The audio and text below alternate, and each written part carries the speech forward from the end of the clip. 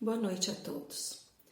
Gostaria primeiramente de agradecer à direção da casa pelo convite para fazer o estudo dessa noite e também parabenizar os coordenadores do Departamento Doutrinário por essa iniciativa, pois de certa forma estamos estreitando a distância entre nós, diminuindo essa distância, mesmo que virtualmente, e isso é muito importante. Bem, o tema do estudo que vamos fazer essa noite é queixas. E eu gostaria de começar a nossa reflexão da noite com um provérbio chinês, que diz o seguinte: lamentar aquilo que não temos é desperdiçar aquilo que possuímos.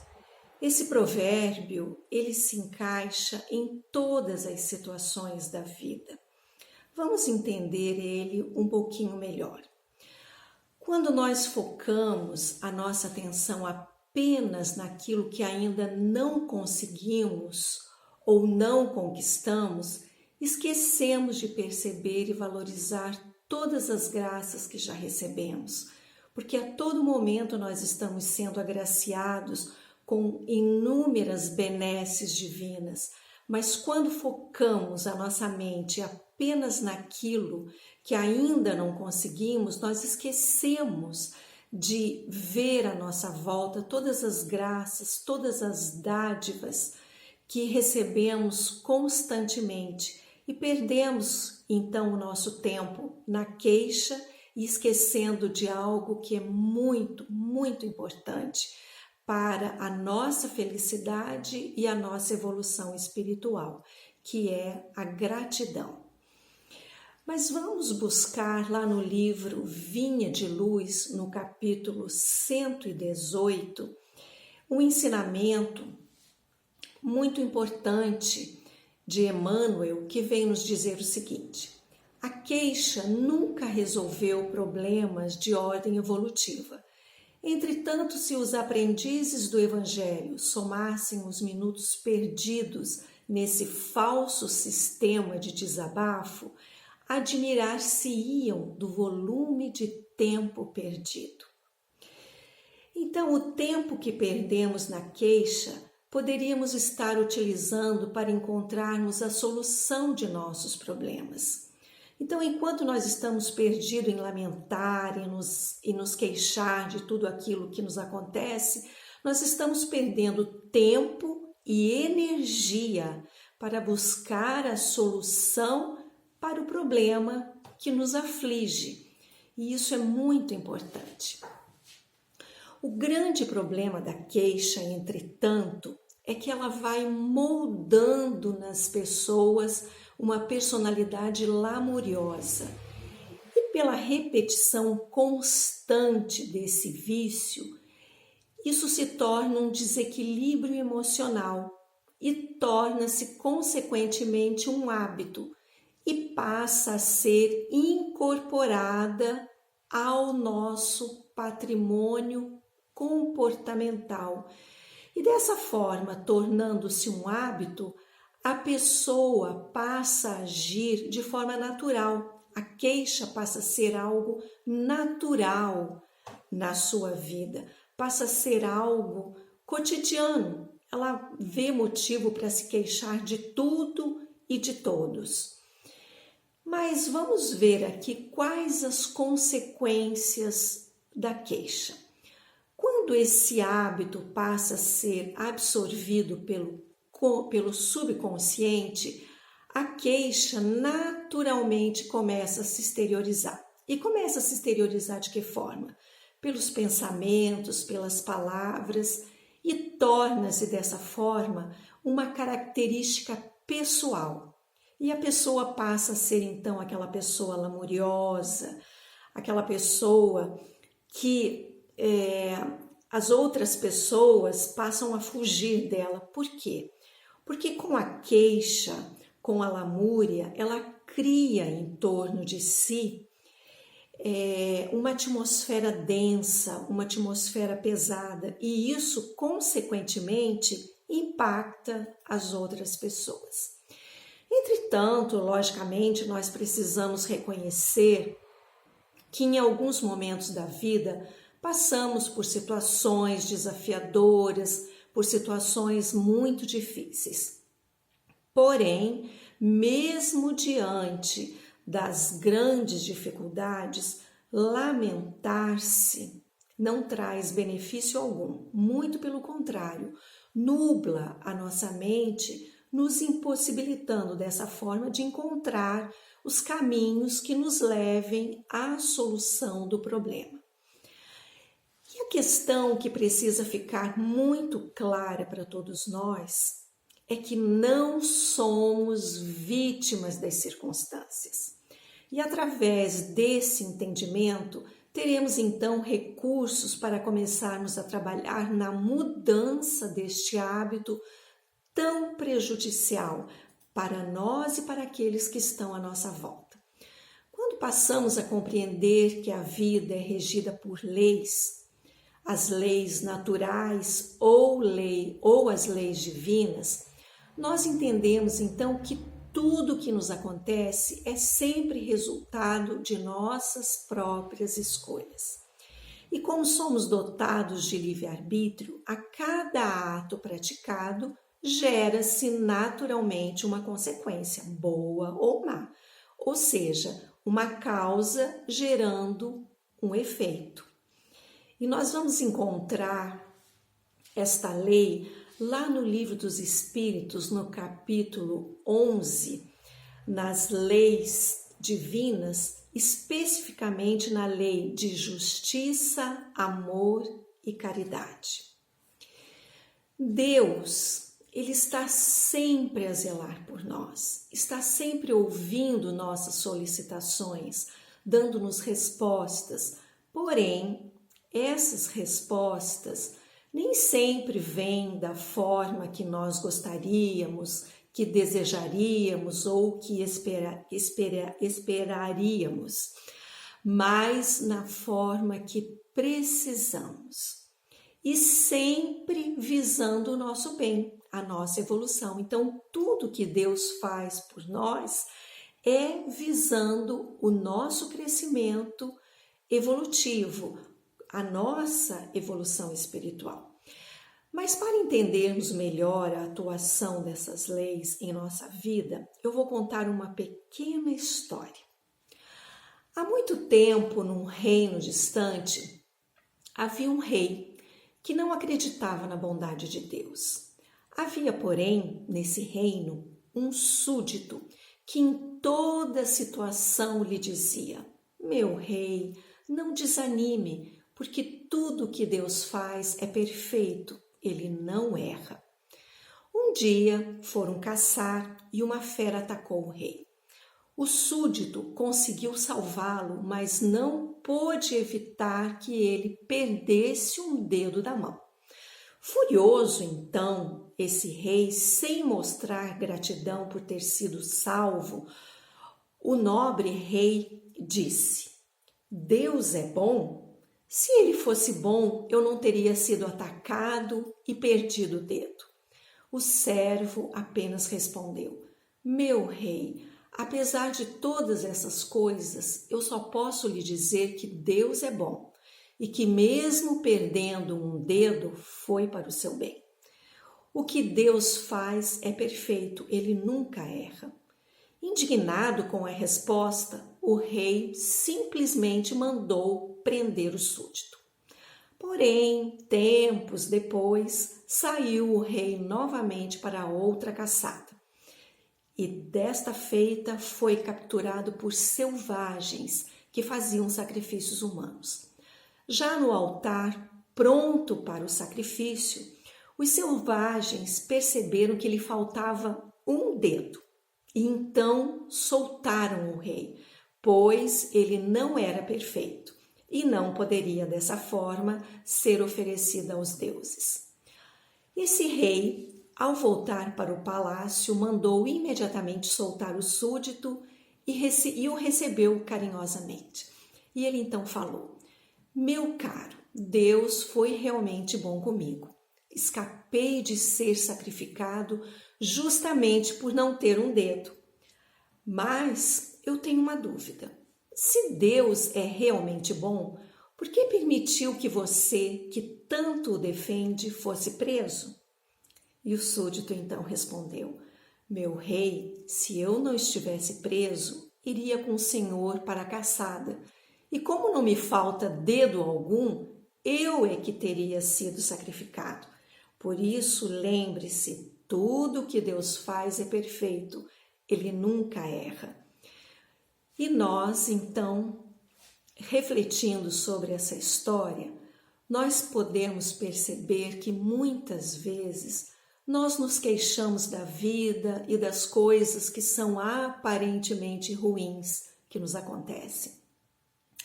E esquecemos, portanto, que tudo tem um propósito, tudo que Deus faz tem um propósito em nossa vida. E a queixa, como eu disse anteriormente, nubla a nossa visão. É como se fôssemos acometidos de uma cegueira espiritual. E como nós podemos vencer essa cegueira espiritual? Então agora, para entendermos essa questão, nós vamos refletir um pouquinho sobre a passagem de Marcos, que está no capítulo 10, versículo 46 a 52. Que trata da cura do cego Bartimeu. Então, para nós entendermos essa passagem, eu vou lê-la, é uma passagem curta, eu vou lê-la na íntegra e nós vamos refletir um pouquinho sobre ela. Jesus e os discípulos chegaram à cidade de Jericó. Quando ele estava saindo da cidade com os discípulos e uma grande multidão, encontrou um cego chamado Bartimeu, filho de Timeu. O cego estava sentado à beira do caminho pedindo esmola. Quando ouviu alguém dizer que era Jesus de Nazaré que estava passando, o cego começou a gritar: Jesus, filho de Davi, tenha piedade de mim. Muitas pessoas o repreenderam e mandaram que ele calasse a boca, mas ele gritava ainda mais: Filho de Davi, tenha pena de mim. Então Jesus parou e disse: Chamem o cego.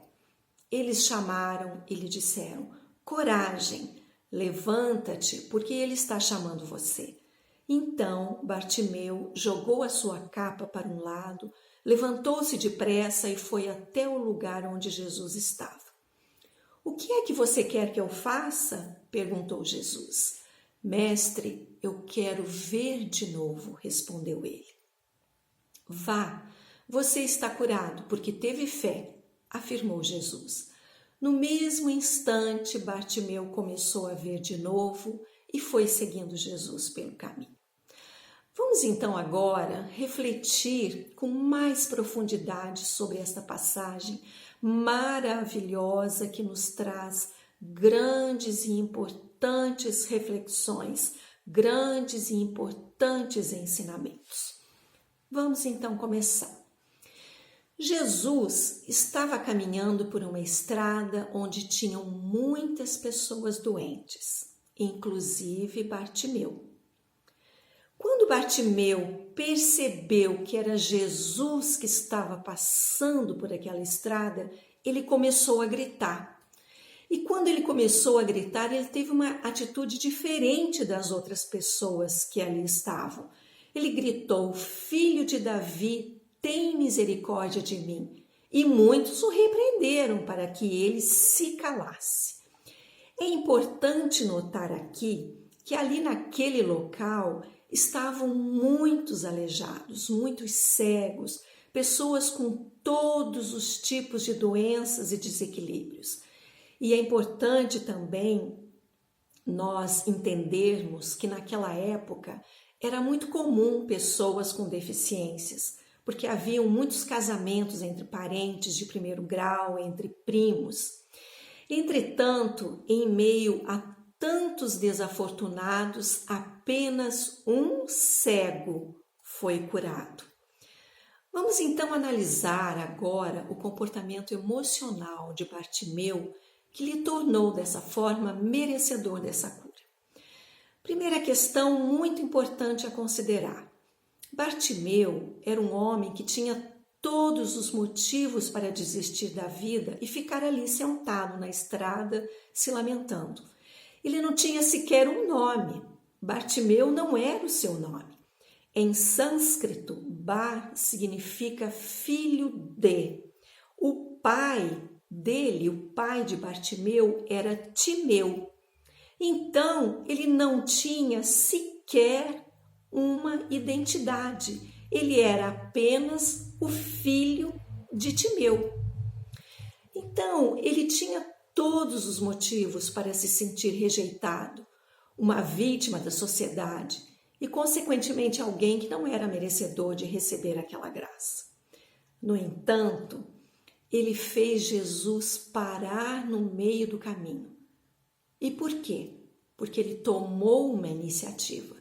A mesma iniciativa que fez com que Zaqueu subisse uma árvore para ser visto por Jesus. Porque Zaqueu, ele era baixinho, então ele subiu naquela árvore para que Jesus, que também estava passando por uma estrada, pudesse ver. Nós vemos então na atitude tanto de Bartimeu como de Zaqueu algo chamado proatividade. E o que vem a ser uma pessoa proativa? É aquela que se compromete a modificar as situações à sua volta de forma responsável. Notem bem o que eu falei, de forma responsável. Então, naquele momento, naquela estrada em que Bartimeu estava, a única coisa que ele podia fazer era gritar. E ele usou desse único recurso que tinha naquele momento. Com isso, ele deixa de ser invisível e ele não se cala quando a multidão manda ele se calar. E para nós vencermos essa cegueira espiritual simbolizada aqui em Bartimeu, é preciso que nós nos disponhamos a dar o primeiro passo, para que em seguida Deus possa então agir. Mas vamos entender melhor essa questão ao refletirmos sobre a brilhante análise de Emmanuel no livro Fonte Viva, capítulo 133, da passagem de Marcos, versículo 8, que trata sobre a multiplicação dos pães feita por Jesus. Conta-nos o evangelista Marcos que os companheiros apresentaram-lhe 7 pãezinhos, dos quais se alimentaram mais de 4.000 pessoas. Indaga então Emmanuel: teria o mestre conseguido tanto se não pudesse contar com recurso algum? A imagem compele-nos a meditar quanto ao imperativo de nossa cooperação para que o celeste benfeitor nos felicite com os seus dons de vida abundante. E segue Emmanuel: em qualquer terreno de nossas realizações para a vida mais alta, apresentemos a Jesus algumas reduzidas migalhas de esforço próprio e estejamos convictos de que o Senhor fará o resto. Vamos repetir essa frase. Algumas reduzidas migalhas de esforço próprio e estejamos convictos de que o Senhor fará o resto. Então Deus espera uma atitude pequena da nossa parte, que façamos algo, que nós possamos ir em direção a Deus, que nós possamos dirigir os nossos pensamentos a Deus, para que Ele possa então nos auxiliar, para que Ele possa fazer o resto, como nos diz Emmanuel.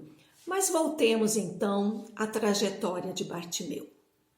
Bartimeu, quando ele é chamado por Jesus, ele deixa a capa, levanta depressa e vai ao encontro de Jesus.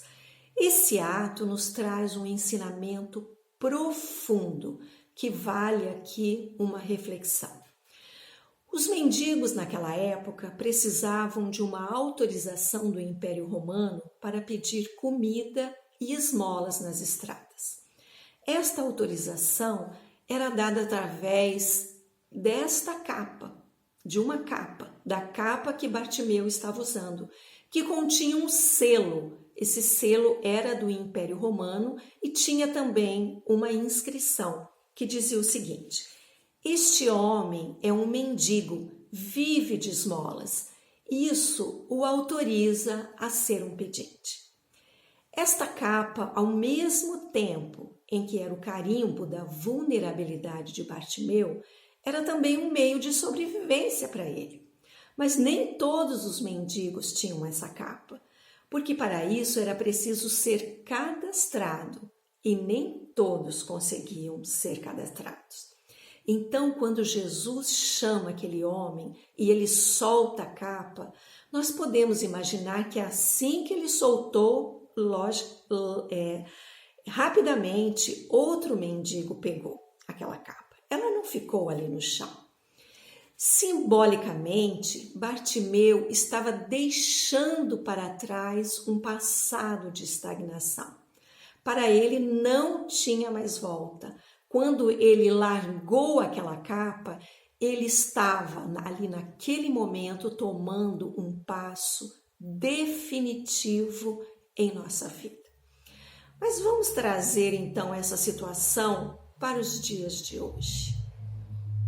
Quantas pessoas hoje permanecem em profundos sofrimentos porque não querem soltar a capa do egoísmo, da vaidade, do orgulho, da mágoa, a capa do ódio. Tudo isso fruto dessa cegueira espiritual.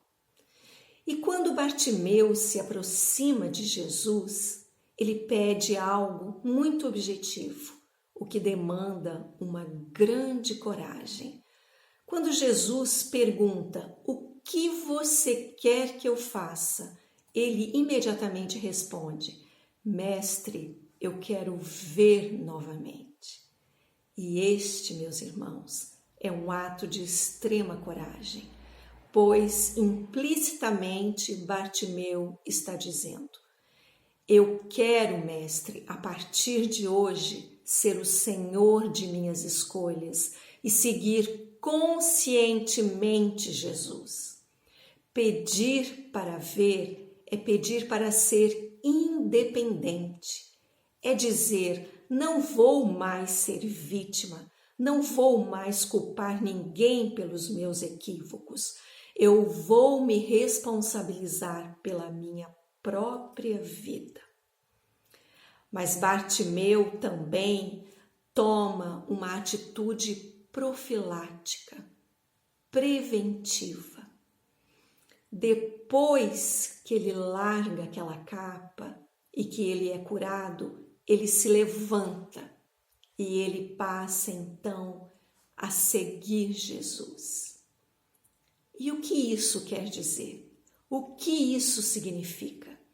Que além de querer voltar a ver, sobretudo, ele não queria mais voltar a ser cego. Ele queria realmente caminhar. Ele queria realmente começar uma nova trajetória em sua vida. Mas para isso, ele precisaria ter uma diretriz, para isso ele precisaria ter um caminho a seguir. E é por isso então que ele decide caminhar a partir daquele momento ao lado de Jesus. Por quê? Porque ele precisaria, a partir disso, pautar a sua vida sobre novos valores morais. Valores esses ensinados pelo Mestre. Seguir Jesus, portanto, significa que o que realmente gera mudança em nossa vida são as nossas atitudes. E essas atitudes, elas precisam vir de dentro para fora. É uma mudança de padrão mental, é uma mudança emocional, é algo que tem que acontecer dentro de nós.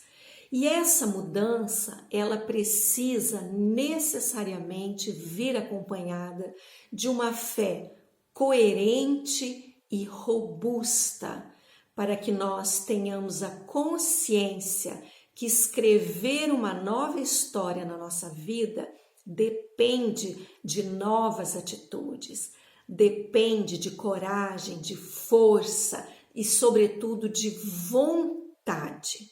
Seguir Jesus, portanto, significa entender que a felicidade é uma construção pessoal e intransferível e que ninguém, absolutamente ninguém, vai fazer isso por nós.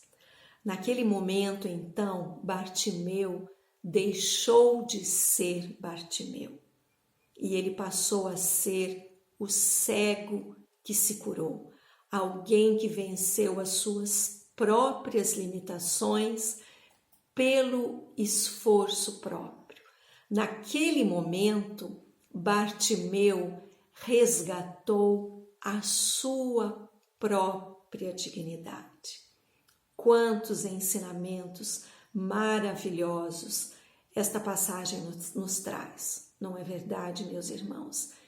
E será que este momento que nós estamos vivendo agora, neste confinamento, será que este momento não está pedindo justamente para que nós venhamos a deixar essa nossa capa do comodismo e essa nossa capa do egoísmo, essa nossa capa do personalismo, e venhamos a enxergar o mundo de uma forma mais ampla, porque esse vírus, ele está mostrando para nós que nós não somos autossuficientes, que nós dependemos necessariamente uns dos outros. Todos nós aqui estamos em nossos lares, ansiosos para que voltem as atividades na casa de Flora, para que possamos então rever os nossos amigos, possamos dar um grande abraço, um abraço carinhoso em todos os nossos companheiros de jornada, de trabalho. Por quê? Porque nós estamos valorizando a amizade, nós estamos valorizando o companheirismo. Nós estamos valorizando o que vem a ser verdadeiramente essa trajetória de vida compartilhada com os amigos, compartilhada com os nossos familiares, porque muitas pessoas não estão conseguindo nem ver os seus próprios familiares. Então eu tenho certeza que, passado este momento, nós vamos enxergar a vida de uma outra forma. Mas vamos enxergar de uma outra forma por quê? Porque estamos passando por essa dificuldade. Porque essa dificuldade está abrindo os nossos olhos para novos valores. De uma certa forma, tirando a nossa cegueira espiritual. E então, agora chegando ao final do nosso estudo, eu gostaria de encerrar com uma mensagem de Charles Chaplin, que me foi mandada inclusive por uma amiga. E como nada acontece por acaso, eu achei essa mensagem tão bonita e achei que ela ficaria muito bem, que ela se enquadraria muito bem no estudo desta noite. Então essa mensagem diz o seguinte: nada é para sempre neste mundo, nem mesmo os nossos problemas. O dia mais desperdiçado na vida é o dia em que não sorrimos. Se você ver a lua, verá a beleza de Deus. Se você ver o sol, verá o poder de Deus. Se você ver o espelho, verá a melhor criação de Deus. Então acredite nele e desfrute desta linda viagem chamada vida. Que possamos todos nós, então, meus irmãos, desfrutar desta linda viagem chamada vida com amor, com dedicação, com companheirismo, com amizade e principalmente com profunda gratidão, porque a gratidão ela irá tirar de nós essa questão da queixa, porque aprenderemos então a valorizar a todos os momentos que Deus nos proporciona, porque Ele está do nosso lado a todo momento, mas precisamos abrir os nossos canais, precisamos abrir a nossa percepção para percebermos essas benesses, para percebermos este amor incondicional de Deus para conosco. Mas somente através da gratidão é que nós perceberemos todas essas bênçãos continuamente, constantemente sendo direcionadas a todos nós. Então, mais uma vez, eu quero agradecer essa oportunidade e deixar a todos o meu abraço fraterno, carinhoso, cheio de saudade, e tenho certeza que esses momentos logo passarão e logo estaremos todos nós juntos novamente para prosseguirmos nessa trilha bendita de trabalho, de esclarecimento, de conhecimento e principalmente de muito amor. Uma boa noite para todos e fiquem com Deus.